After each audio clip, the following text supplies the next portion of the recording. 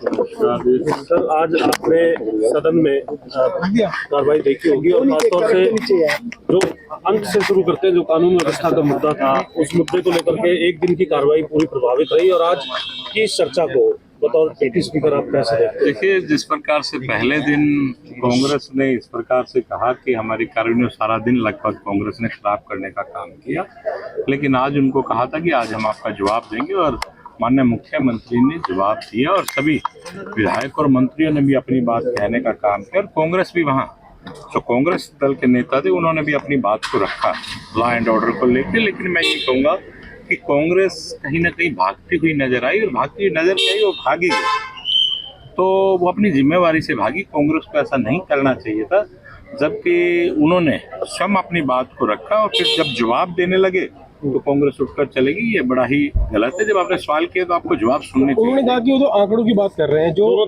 कदम उठाएंगे सरकार। Road map नहीं बताया कि कैसे नहीं बताया। देखिए, मान्य उन्होंने जब हुड्डा साहब ने व सब उन साथियों ने अपनी बात रखी तो उनको कांग्रेस का जो कार्यकाल था उसकी भी याद दिलाएगी कि उनके आंकड़े किस प्रकार से थे और दोनों आंकड़ों की तुलना की गई।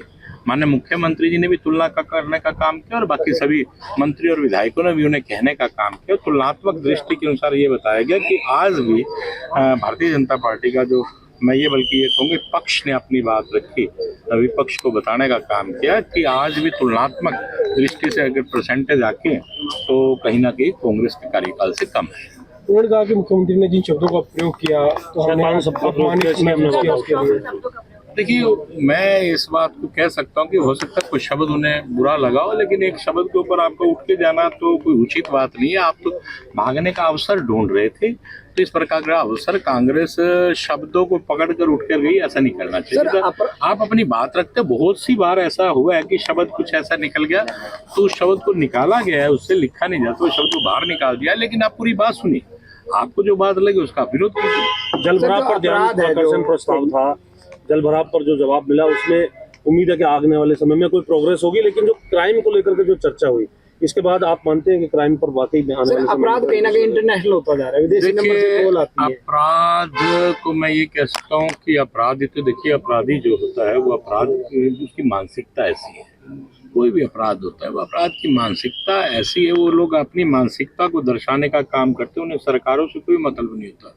पूर्व की सरकारों में भी इस प्रकार की धमकियां और ये सब आती रहे, लेकिन एक राजा का काम, एक चीफ मिनिस्टर का काम है कि उन पर अंकुश लगाए और उन्हें जल्दी से जल्दी पकड़ कर सलाखों के पीछे डालने का काम करे। ठीक।